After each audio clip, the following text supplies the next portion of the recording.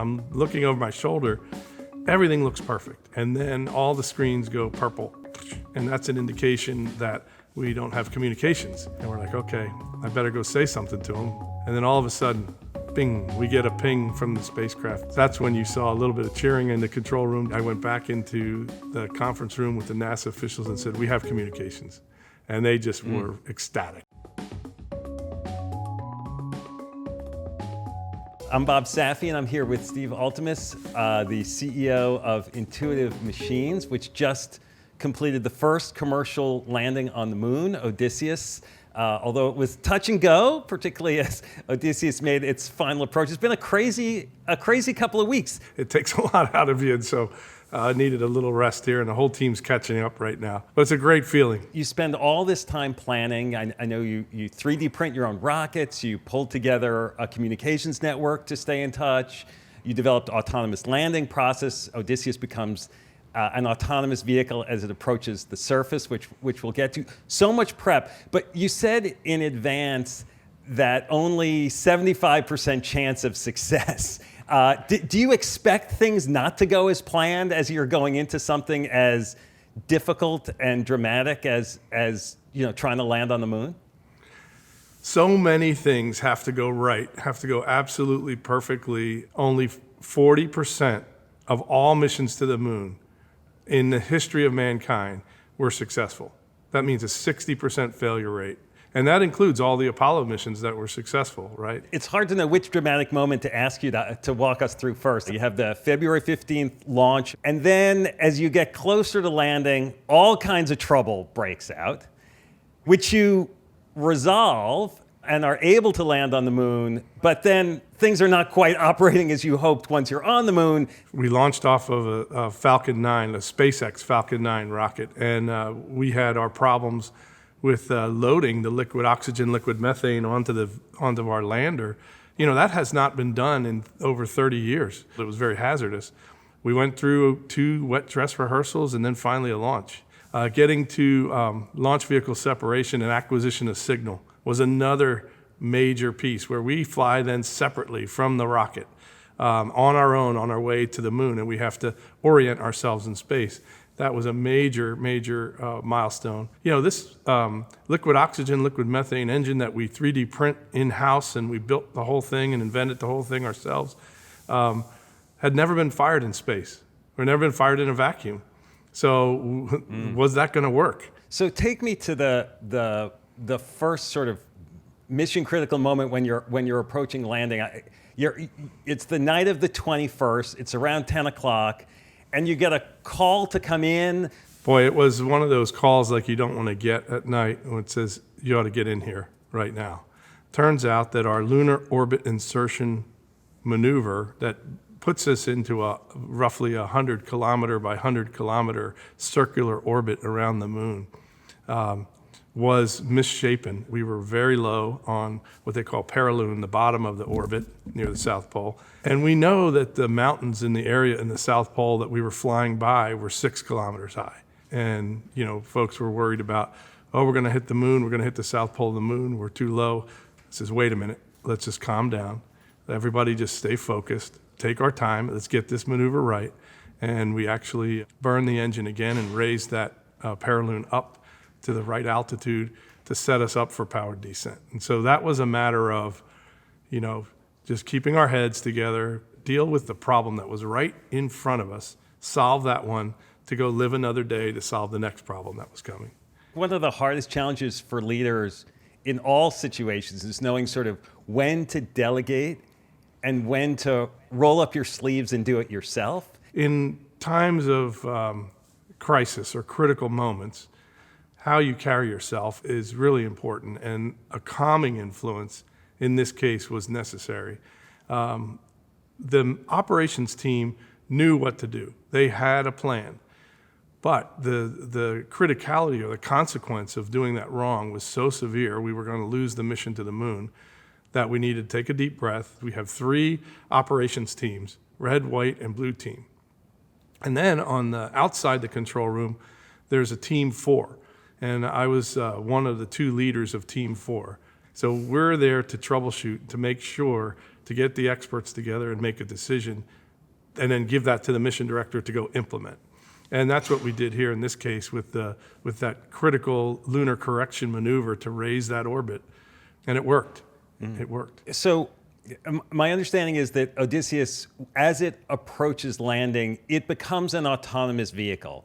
In other words, it's got to find its own spot to land, right? And you've got a hazard detection avoidance, HDA, which are sort of cameras and lasers that help the computer on the vehicle find the right place to land. Am I explaining that the right way? Yeah, very good capture of that. The vehicle had to be prepared to autonomously start the engine. The Odie burned the engine himself, and cruised along and took pictures or images of the craters, and then could tell how fast he was going over the surface by how fast the craters moved underneath him. We look ahead at the landing site and scan with hazard relative navigation cameras, we call them HRN, scan, and we found 9 different points within our landing ellipse that were clear to land in, and that had slopes less than 10 degrees and rocks smaller than bowling balls. And my understanding is that there were lasers that you were planning to use for this landing, but that for some reason they weren't operating, and so you sort of borrowed lasers from a project that you were carrying on Odysseus, on the vehicle for NASA. Tim Crane, who's my partner in the company, he's also was the mission director, and when I told him, hey, we're going to have to land without laser rangefinders, he turned white as a ghost. It was like a punch in the stomach. He's like, we can't land without rangefinders.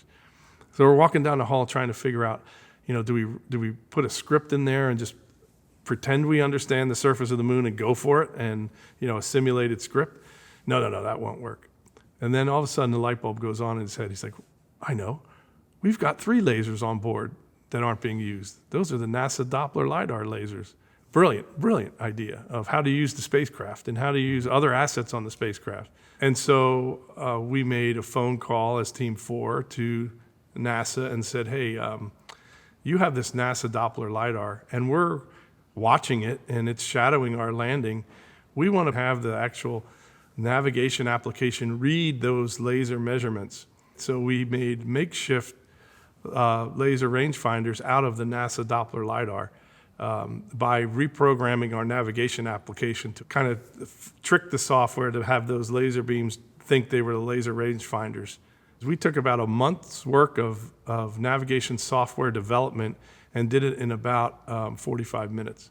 You mentioned earlier this sort of the adjustment you were making on the orbit. Was this adjustment around the lasers happening at the same time? The fact that we had a low orbit coming in after lunar orbit insertion, we turned on one of the lasers and attempted to fire it to see what our altitude was, and we didn't get the laser to fire. So all of a sudden we realized we have to do something differently. If you hadn't had that orbital problem, when you discovered the laser problem, it might have been too late to make the adjustment that you ended up making that allowed you to land the way you did. Oh yeah, absolutely. We would not have been able to make it, and we would have had to land. As it turns out, though, as we worked it all day to write that software to solve the problem with the NASA Doppler LiDAR, put that into the registers, and as we went into powered descent, we did not receive those NDL measurements, and so we landed without the laser altimeters in the end. But we had done some work, to get us there. And we looked at the NASA Doppler LiDAR telemetry, and boy, did it track perfectly. So it would have really put us down softly if we could have read those measurements. I see. So you went through this effort to pull that together, but in the end, it didn't impact the way the vehicle actually operated. Right. We failed to ingest those measurements, and so we didn't get the benefit of using them. But that's okay. We did the work and we showed it could be done. And then in the end, it proved out just how accurate our navigation application is. So that while some people say you landed short of your landing site or you landed hard, probably 3 meters a second versus 1 meter per second, the fact is it's like flying a fighter jet blindfolded with a dead stick onto an aircraft carrier. That's what we did on the moon, basically. And it just showed that the algorithms that we have for navigation were so accurate that we were able to salvage the landing without all the necessary equipment. So I was watching the video of the landing, and sort of the lander gets to the surface. I'm watching your control room there, which I guess for you is just the office, but it looks like a control room. It's a control room, yeah. And it gets to the surface and silence. Like there's like 1 minute and 2 minutes, and you're sort of waiting. Like what is going through your head while you're waiting to find out, because you don't know whether it's at that point, whether it's landed successfully or not, because you're not getting any data back, right? Yeah, so I'm looking over my shoulder, and there's the prop console, which is watching the engine firing, and there's the flight dynamics officer who's watching how we're tracking the spacecraft. Everything looks perfect, and then all the screens go purple, and that's an indication that we don't have communications. So it's funny because all of the NASA VIPs that were here were in the conference room that looks over the control center through big glass windows. And we're like, okay, I better go say something to them. So I went in there and I says, look, we had good propulsion. We had good flight dynamics and control, but we don't have communications yet. And boy, their faces were kind of stern. And then I go back into the control room and we're sitting there for minutes. And then all of a sudden, bing, we get a ping from the spacecraft. That's when you saw a little bit of cheering in the control room, just modest. And then I went back into the conference room with the NASA officials and said, we have communications. And they just were ecstatic at that point. And from that point on, just more and more communications and more understanding as we got data back on what the vehicle orientation was and that we were going to be able to do science on the surface. And we were going to be able to receive all the data back from how our system performed on the surface. And so it just got better and better from that initial moment. One of your colleagues said to me that there were 11 different things that went wrong, that each had like a 70% chance of being able to fix them, which in aggregate means that the odds of success were like 2% when you put all that together. When you look at all that, do you feel like, oh, we were lucky? Like, how do you gauge your success in light of those parameters? Odysseus, or Odie, wouldn't let us sit back and watch. We had a lot of work to do all the way to the last moment. There is something spiritual about it. I think there was a whole lot of people around the world pulling for our success, and there was a certain reverence and respect we have for the mission to return the United States to the moon in the first time in 52 years. And how do you take those odds of potential failure? And it was the team who showed agility and resilience and stick-to-itiveness or perseverance. No one gave up until the last moments or the last breath of Odie, when the sun was leaving the solar rays and the battery was discharging. We blasted down the last image. And I think that's how you raise the odds, is you have that attitude like, we're not going to give up. We're going to find a way. We're going to be innovative to the end. And that's what we did. You started your career, spent a lot of your career at NASA, and you left. And I'm curious, like, why? Because obviously you're working very closely with NASA. Yes, absolutely working closely. I worked at Kennedy Space Center for about 16 years. I was involved in 40 launches of the space shuttles, half of which were off of Launch Complex Pad A, which is where we launched our own spacecraft on the SpaceX rocket. And then went and ran engineering at the Johnson Space Center for human spaceflight programs for another decade or so. And that was my career. And we had no political will at the time I left to return the United States to the moon. I think that period of time inside of NASA, working in engineering with no destination, was very frustrating. And I went through the cancellation of the Constellation program, which was the moon program, and came up with this idea to fly a walking robot to the moon in 1,000 days and do it within engineering like an entrepreneur. And so I started that, and that was successful. We flew that Earth-based test bed of that lander 37 times. And we built a walking robot and flew that on the International Space Station. We never got to go to the moon, but we did that for pennies on the dollar and showed that you can be innovative, you can be agile within a bureaucracy, you can be lean and affordable. So that was the premise going into starting Intuitive Machines, that culture, and that's why we were able to be successful, I think, and I think we'll continue to be successful as a result of that. And so when Odie's there, but it's on its side, it's not exactly where you want it to be, and there's a challenge about how to maximize communications and data exchange and stuff. How do you think about the relative success of the mission? Because you're still scrounging at that point, right? I think, let me just say, unqualified success, and that's land softly on the moon, do your science on the moon, and return that data back to your customer. And in the end, we used our model, our business model, and proved it right, which is this lean, affordable, fixed price way of contracting to go to the moon. And I think we've established a new economic limit and are ready to open up the cislunar economy as a result of it, and be the first ones pioneering through it. So from that perspective, this is a wild success. Would I have liked the gear to stand up to that heavier load or touchdown? Sure. And, there's a lot of detractors on social media who say you broke a landing gear. Well, you know what? Our spacecraft got the opportunity to use their landing gear. Not many have, right, in the past. Because of all the drama around this landing, in some ways you got more attention maybe than you might have gotten otherwise. Do you think about that at all? Well, I guess there's no bad press. All press is good press. I would like to be perfect going to the moon, but I'll tell you, I've been associated with a lot of spacecraft missions, a lot of space exploration missions. There has not ever been a perfect space exploration mission, period. 40 shuttle launches, there was always in-flight anomalies. I think there's a little naivety in the community outside of the space community that thinks that it can be perfect. It's just physics and hardware and software, and sometimes they're in harsh environments, and sometimes they're in conflict, and you have failures that you have to deal with. I'm thinking, back in 2003, after the shuttle Columbia fell apart on reentry and killed everyone aboard, you were part of the team, the reconstruction team. During the last few weeks, did you find yourself reflecting on that and going back to those experiences, or do you try not to think about that? I don't want to think about what the worst that could happen is. I led a team of about 400 people in the reconstruction of Columbia back in 2003.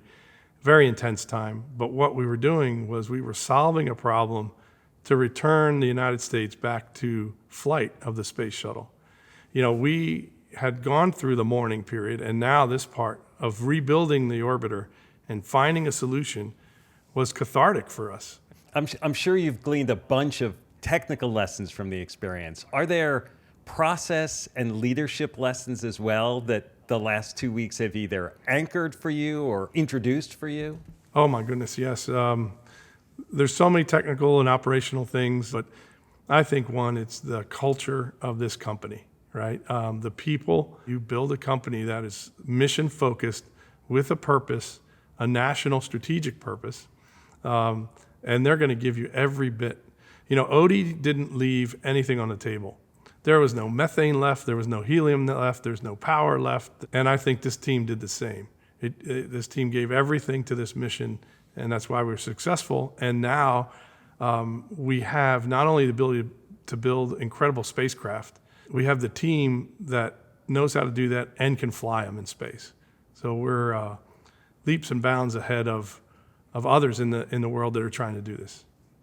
Yeah. So what's at stake now for Intuitive Machines? I think what we've done is shown that there's a different model in aerospace, in space exploration. One, we're a publicly traded company. Lunar is our call sign, LUNR. Amazing call sign, by the way. It's the coolest ever. And then we have 2 more missions to go, probably later this year and then one early next year. We designed and offered to the government their next human moon buggy, the Lunar Terrain Vehicle. And we would deliver that to the surface. It's about the size of an F-150 pickup truck, and sell that as a service to the government and sell it to commercial interests also. And so providing that space infrastructure as a service is kind of we're on our way for landing softly, communicating, navigating, and bringing equipment, cargo, and mobility to the surface. I think we're a category-defining business at this point. Publicly traded space exploration company. Somebody said it, that back in Apollo days, it was a great time to be alive as an aerospace engineer. And everybody would say that and look back at Apollo and say, boy, that was the best time. And now we say, this is the best time to be alive as an aerospace engineer because you can dream this big and succeed and have a business that does that for a living. So I think it's a really special time in history, and love to be a pioneer and breaking this new frontier for the United States. Well, Steve, this has been great. Thank you. Thanks for sharing all this, even though I know you're still recovering. Just a little bit. I'm going to take a vacation. My wife's going to steal me away for a week and hide me away in the world someplace. Well, thanks for making the time to be with us. I really appreciate it. Thank you very much, Bob. I appreciated the questions and talking with you.